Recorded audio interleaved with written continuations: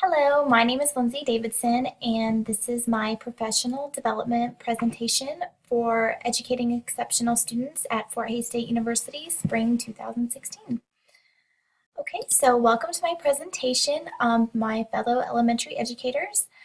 Today we are going to talk about strategies to help promote social and emotional learning, specifically the strategies to help children and students build relationships and have positive interactions with their peers. The main focus is going to be for grades kindergarten through second. We'll also be talking about ways to arrange the classroom and the overall environment to help promote that strategy, as well as some techniques, activities, and games. And I'll also provide you with some additional resources as well. Okay, so let's get started. First of all, what exactly is social and emotional learning? I have a diagram here so you all can see, but social and emotional learning is the process where children and adults develop social and emotional skills, knowledge, and attitudes related to these 5 different competencies. These different competencies are self-awareness, responsible decision-making, social awareness, self-management, and relationship skills. Relationship skills are what we're going to be primarily focusing on in this training presentation. Children need to build them and form positive relationships, and they need to learn how to deal effectively with conflict within those relationships. So let's get started. Okay, so as a classroom teacher, you can do a number of things, including ways to arrange your classroom environment to help promote the development of positive relationships in your class. So I have 3 pictures here of different classroom arrangements. This first one up here in the top row, or in the top corner, that says rows. This is a very common way of how classrooms are arranged, at least back when I was in school. Just plain rows, all the students looking towards the front. The problem with this particular arrangement, as far as building relationships goes, is obviously these students in the front row here, they don't see any of the students. They only see the teacher. They don't see anybody else's face except for the teacher. And while these students in the back row, they don't see anybody's faces either. They only see the back of everybody else's head and then the teacher's face. So obviously when you're talking about building and fostering relationships with your peers, it's really helpful to be able to see their faces in order to do that. So this would not be a good model or a good way to set up your classroom if you're wanting to help foster the building of relationships for your class. So these other 2, this one where the classroom is grouped into 6 different groups, table or desks of 4 in each group. And then this one, which is more of a U shape, where students are sitting next to each other, but the way it's set up is they can see everybody else's faces. And just like in the groups, they're in little groups of 4, so they can see each other's faces. So it just that, something that simple, allows and encourages, the building of relationships. Because if you're looking at somebody every single day or sitting next to somebody, you're going to have that building of relationships. And not everybody that sits by each other is obviously going to get along, but that's another important part of building relationships. You have to learn how to deal with conflict positively and effectively. Okay, so moving on. How can you as a teacher implement the strategy of encouraging the building of relationships? So there's a couple different examples that I have listed here. I'm sure there are many more, and I have some resources that I'll give you at the end of the presentation so you can kind of do some more research and see what techniques are really going to work best for you in your classroom. Number 1, the first strategy that I listed is talking to our friends.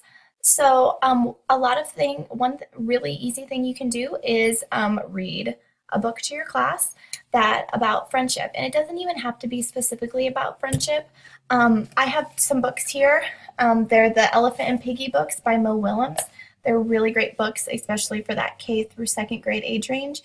And while the books aren't specifically about friendship, Elephant and Piggie are what most might see as unlikely friends because it's a big elephant and a little tiny pig.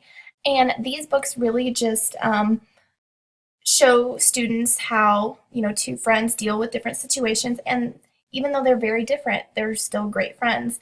And that's a really important part for children to understand is that you can be friends with people who don't look like you, don't talk like you, may not, be interested in the exact same things as you, but you can still be friends. And so reading books like that, or you could find books specifically on friendship, that is one way to help implement that strategy. Number two, sharing, to help promote sharing in the classroom. And this isn't just, at recess, with games and, such like that. Even sharing supplies in the classroom. I'm going to flip back to this slide. Right up here, this picture of where the desks are grouped into groups of 4, you can see there's a little supply bin in the middle of each desk.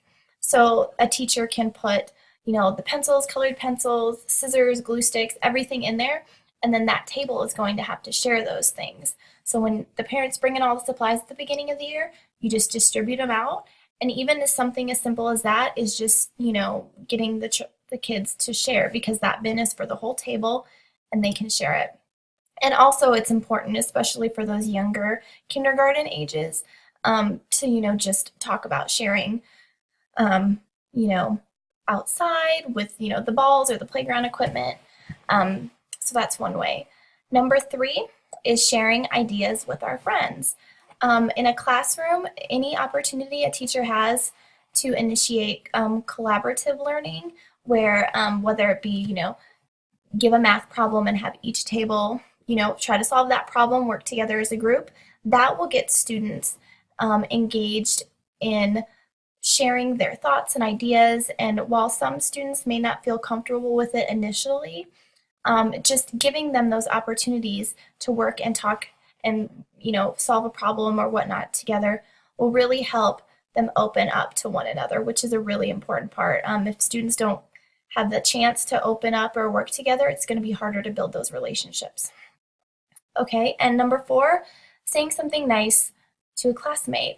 This is pretty simple. You just really want to encourage your class and the students in your class to be encouraging and uplifting and only say nice things about each other. And I have some activities later on in the next few slides that will help promote this last technique. Okay. Modeling the strategy and allowing for practice of the strategy is really important for the success of this social and emotional learning strategy. So what this means is you as the teacher, it's really important if the students see you building, attempting to, and, trying to build relationships with each of them, showing interest in what they're doing. If a kid is playing, a big baseball game, and you want to wish them luck or ask them how that game went. And then the students will really see that you're taking an interest and you're invested in their life, not just in this class, but outside of class as well. And if you're modeling that kind of behavior, they're going to be more likely to model that with some of their classmates, be like, hey, how was that game? Or, oh, I saw you playing soccer. You did such a great job. So the teacher, it's really important for the teacher to set an example as far as building relationships. And by a teacher building relationships with their students, it'll just be a better environment for the students if they feel like you care and they'll want to be there more. Okay. Some examples of games and activities to help teach the strategy of building relationships with our peers. So I have 4 different activities that I found. The first one is the All About Me poster. And down here, let me move my camera over here so we could see the All About Me poster. I just posted an example. There's lots more online that it's just an opportunity for students to fill out different things about themselves, like what their favorite food is, their different sports they like, what their family, like how many siblings or anything they have. And then each day somebody else can share their poster and then you can hang them up around the classroom. And by doing this, students who maybe are a little more shy about going up to somebody or, trying to develop those relationships, if one student, for instance, really likes football, if he sees that another student, really likes the same football team as them, then that could be a common ground, and that might help and encourage that student to go up to that student and, initiate conversation and initiate a relationship or friendship.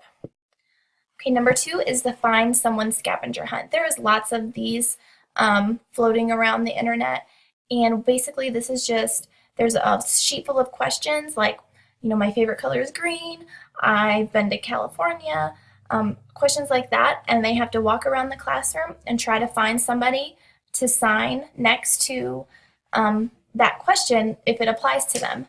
And the goal is really just to get students up and around and talking to people, even if it's somebody they might not normally talk to or might not feel comfortable. It's just a really fun way to get students to get to know each other. Number 3 is collaborative learning classroom team games. So this is just a way for you to encourage students to work in groups together. So if you already have your classroom set up in groups, then that's the perfect opportunity to, for a test review, you could divide them up and play like Jeopardy style and have each table be a team, and that team building will really help foster those relationships. And the 4th one is the fans of validation. I talked about this earlier when, saying something, learning to say nice things and encourage our friends. Each child would make a paper fan and then pass the fan around, and everybody would write something nice about that person on their fan.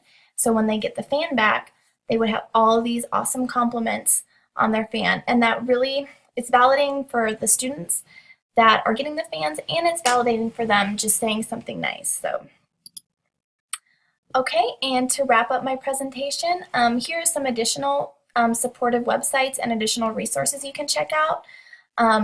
The first one is just some more information and techniques about implementing this strategy in your classroom. The second one is just how to set up the classroom design in the most effective manner to support this strategy. And the last one is just some more activities that foster and encourage students to build relationships to one another. But that is the end of my presentation, and I thank you all for listening. Thanks. Bye.